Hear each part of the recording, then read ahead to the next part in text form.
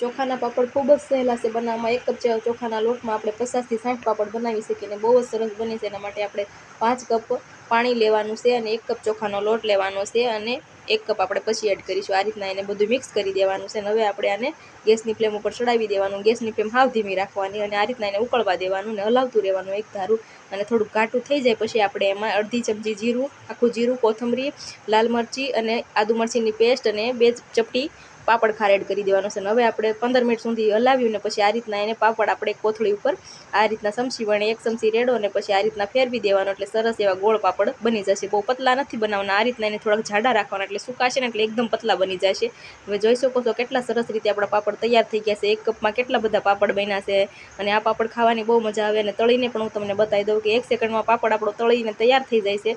અને આ રીતના એકદમ સરસ આપણા પાપડ એકદમ વ્હાઈટ અને ખાવાની ખૂબ મજા આવે અને આપણે નડતા પણ નથી આ પાપડ અને ખાવાની ખૂબ